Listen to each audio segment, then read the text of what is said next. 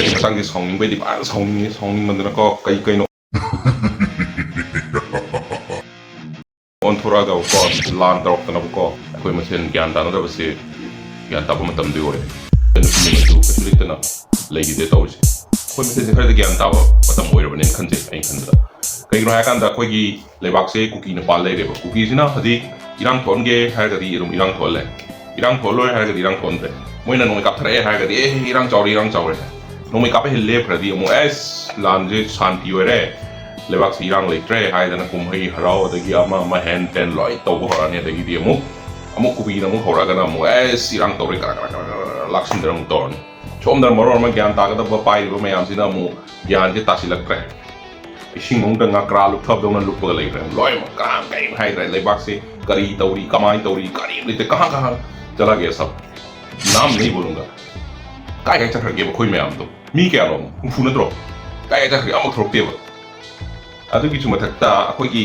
Public सु ग्यान ताबम दरकार ओइयो पब्लिक से ग्यान ताबम दरकार ओइ हागदी अखोई कनागुम अमा सोकपा पनबा सीबा यावरे लौरिसि होई थोइबा क्राइसिस मनुंगसिदा अदुगी सोइबा सीबा मैमदु फुटेल ओइन सिनरगा अखोई सोशल मीडिया दा फेसबुक दा दगी यूट्यूब दा व्यू लौबगी थबकसे खितंग तोपदी खबरन खले कहीं हागदा अखोई जु चलाइको यूट्यूब से अखोई जु चलाइको फेसबुक से अदुइसु सुंबा कंटेंट सिदी यारे मखै सिना दबिदा न्यूज़ यारपदु यारपो ओइरको अदु कंटेंट सि वायरल ओहेलगा पब्लिक दा मैक्सिमम योहनबसे सिमदि खितंग तोपो खबरन खंजे सो सुंबा मयाम सि मणिपुर दा ओइबा सिचुएशन सिगी मरु ओइना चपचाना एप्लाई ओइबा इसै मसि तप्तागी अनिथोकपि हबा सही पूर लाक्सबनी ngasi video se ai manipur da oina ngangjrake kaigino hakanda tawriba manungi oy thawse ai ma pan da su ya khanganinde aduga ai video si minai mayam yengbide habri su loi khangani adu matam kai mong da ai video si yeng ko yai karang bomna mapalamgi meeting adu matam da yeng phong ton moi manipur su wan to bra ka ai khangani damni da ai ngasi video si manipur do ina ai reaction tawjrake to ngasi gi video si anithokpi hai bata tagi sei si reaction si hanasu mayam da di tabiramni khangamani adu manungi oy ba ai gi mode खरा है तारे मनंग ओइबा इसै जिकी आर्थरगी reaction और हजि ओइबा situation जिगा चानाबा खरा आइना reaction तौजगे ना ngasi video सि पुजरपनि सो वीडियो सिदा यारबा दिन मैम सि डिस्कशन खरा तौसि अखोई अदुगा अखोई मसेन खरा ज्ञान तामिनो याबरा हाबदु येंगसि सो जरा टाइम वेस्ट ना किए हुए हम सीधा गाना में चलेंगे डिस्क्लेमर अगर कोई किसी को गाना ओरिजिनल सुनना है तो ओरिजिनल लिंक मैंने नीचे डिस्क्रिप्शन में दिया हुआ है डिस्क्रिप्शन में जाके ओरिजिनल गाना सुन सकता है और मैं आमदा कहीं हाइजन गया मेटई रोन गाम खितंग केनो तौबने तो सोबी और मैं आमदा खपीगन हैना खंजे चलो हम वीडियो येंग से को अदुगा वीडियो सिगी मनुंगी ओइबा वही मनुंगी ओइबा आश्रम में आमसे अखोई खंगिनसिको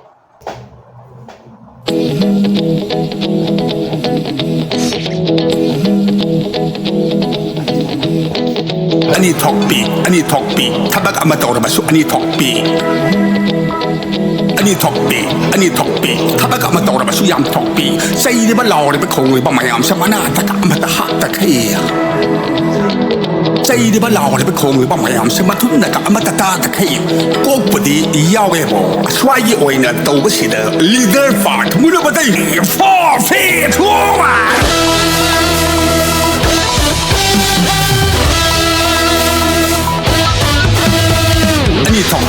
ANITHOKPI ꯊꯕꯛ ꯑꯃ ꯇꯧꯔꯕꯁꯨ ANITHOKPI ꯊꯕꯛ ꯑꯃ ꯇꯧꯔꯕꯁꯨ ꯌꯥꯝ ꯊꯣꯛꯄꯤ ꯆꯩꯔꯤꯕ ꯂꯥꯎꯔꯤꯕ ꯈꯣꯡꯂꯤꯕ ꯃꯌꯥꯝꯁꯦ ꯃꯅꯥꯇ ꯑꯃꯇ ꯍꯥꯞꯇꯈꯩ ꯆꯩꯔꯤꯕ ꯂꯥꯎꯔꯤꯕ ꯈꯣꯡꯂꯤꯕ ꯃꯌꯥꯝꯁꯦ ꯃꯊꯨꯟꯗ ꯑꯃꯇ ꯇꯥꯗꯈꯩ ꯀꯣꯛꯄꯨꯗꯤ ꯌꯥꯎꯋꯦꯕꯣ ꯑꯁ꯭ꯋꯥꯏꯒꯤ ꯑꯣꯏꯅ ꯇꯧꯕꯁꯤꯗ leader part ꯃꯨꯅꯕꯗꯩꯅꯤ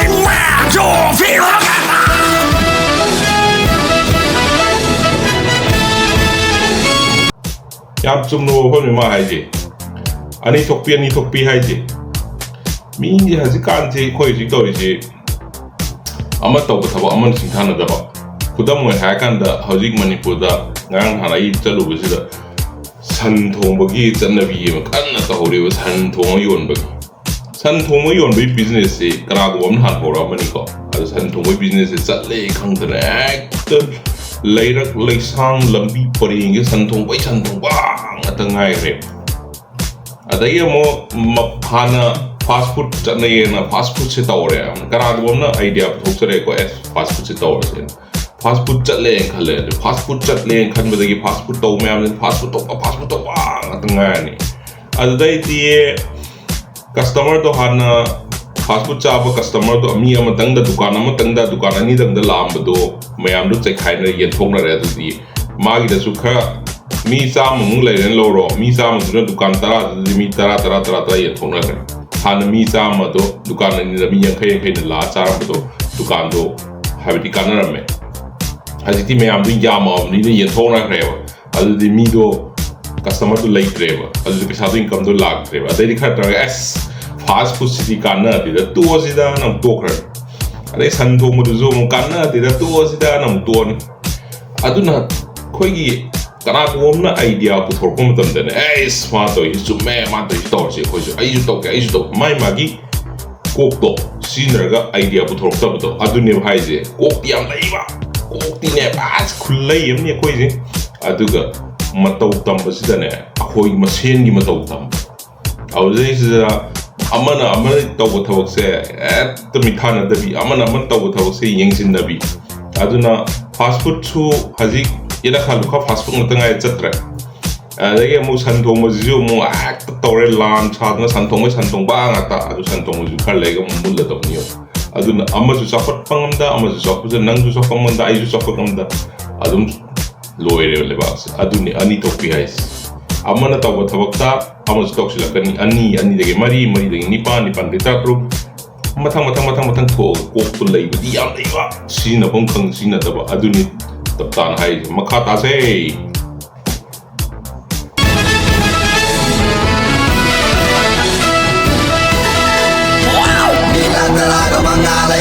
Sani ban hele he amu nang amma tau jet ka tau gi khang ba sa dai amu na tau ba thabak atai ama dau sing tha da de ta sem na ma loi na tau roi na su du su ngam de ning chat ka paisa ga se yaw ram tai da ma kok si da sin khai no re na se mari na sa wa to mari na sa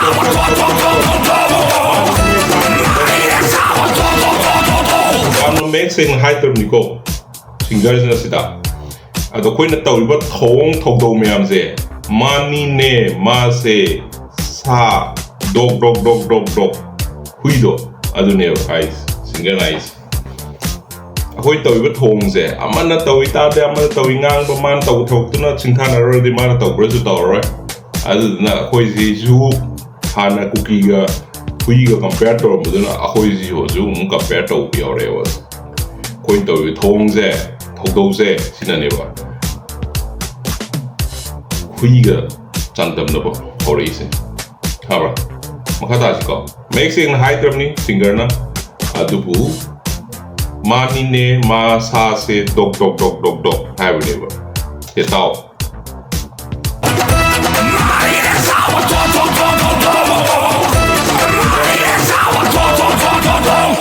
ini hai ba si yam na su tam thi ba sa makhal hai ba si yam su tam thi ba sa makhal na ni adubu amani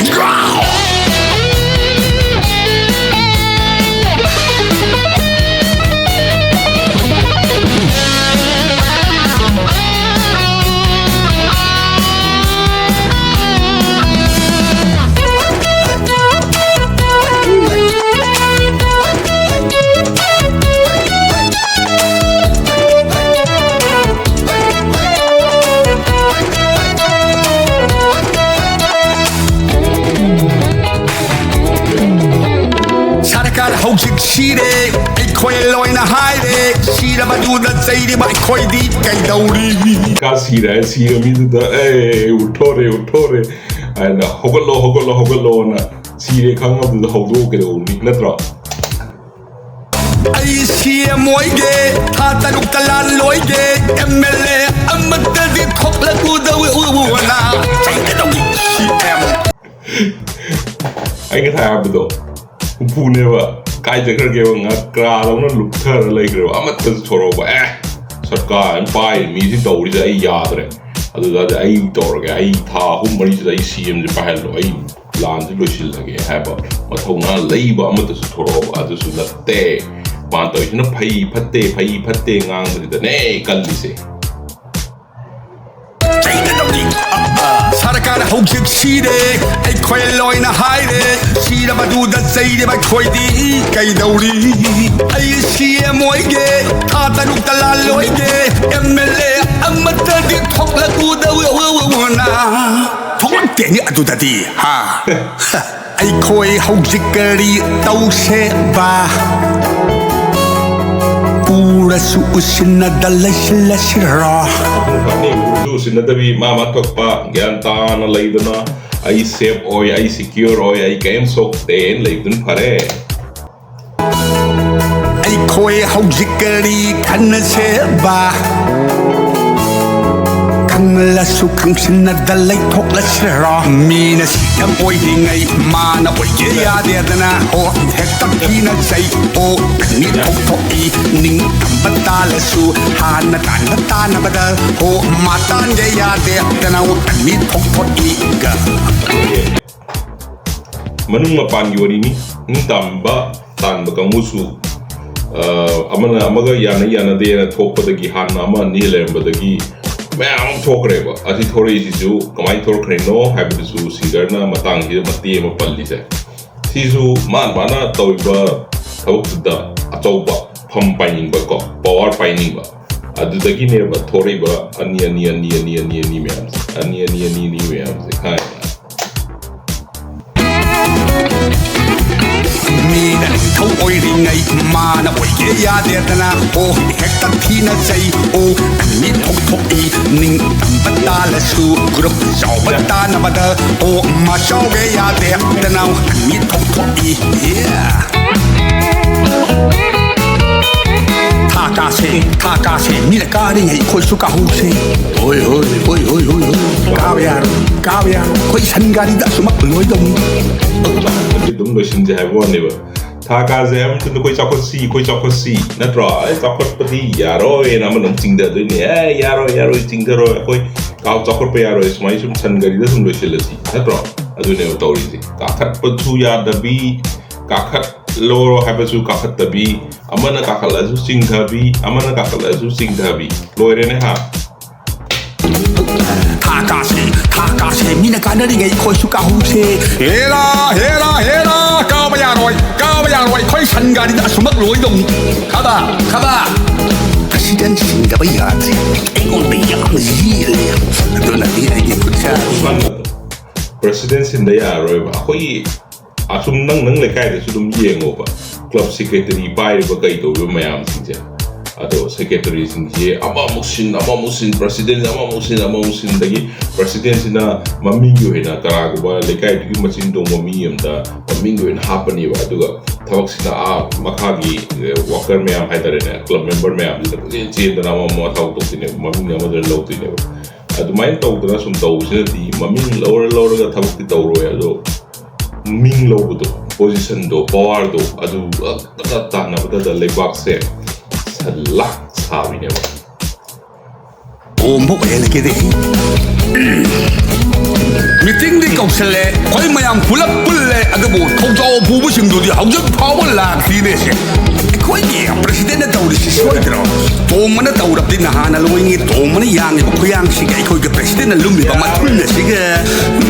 president si to mana khoi ke roi hoi mayam cha dai biu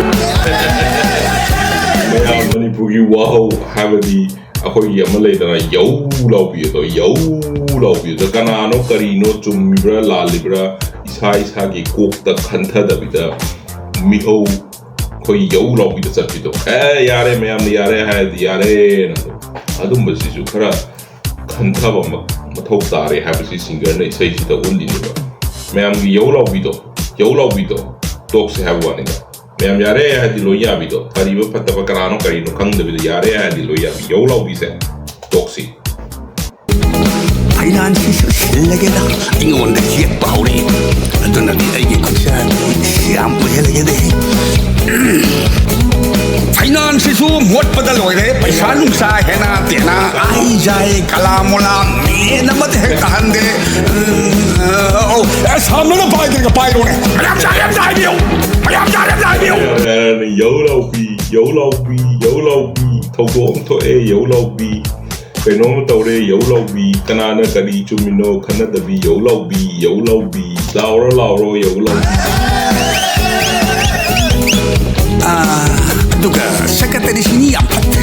Secretary. Oh, I again me. Mayam ning khattagi oina laibiu thabak amata ka tawbino thabak alloy na makingona sinabiu miyam kidamakta ai wajage. Mayam ning khattagi oina laibiu thabak amata ka minga tang koiraga leraga kom tang sien doi wa du na khoi gi tabak to yo law bi de khan gre sien doi mi se khabra yo law bi de khan gre na ma na tong doi si kari ko yaw ri no yaw ti no ka men ta da bi man to to ra ni ba dai di happy da bi ya ten zen loi ma salak sa ni ba cha nei cha phui na ba khoi ya ma lai na tot na re do adu ni da Thabak alloy na makingona sinabiu miyam kidamakta ai wajage. Aduga makhoina phamse thadu u maya darbati aikoi su loop ama sema siro ha yaina khoi ye group sem video kai miyam le dai ne DAC DOC jo bhi naam bolo ha tana chota khoi group now sem ga chai mang you the chai mang you the group ma dum semani ta the chai mang ri chai mang ri sin me am do ani sem me am do amma do yet ka do ge khang ba sa nai amma na tau ba thabak atay ama do sing thana de ta sem na ma Suatu sungam de Ningsat ka paishaga si yauram tay da magog si da Singkay na rin da sem Mari na sawa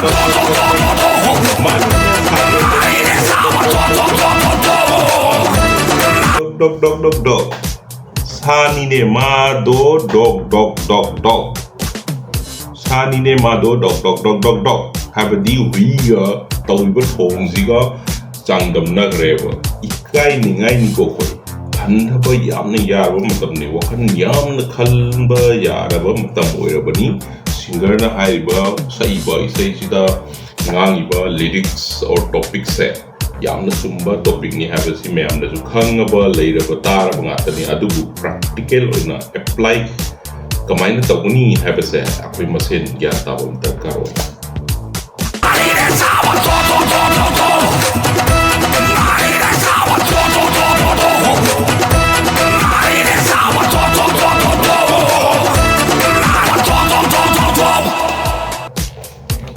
ये था गाना तो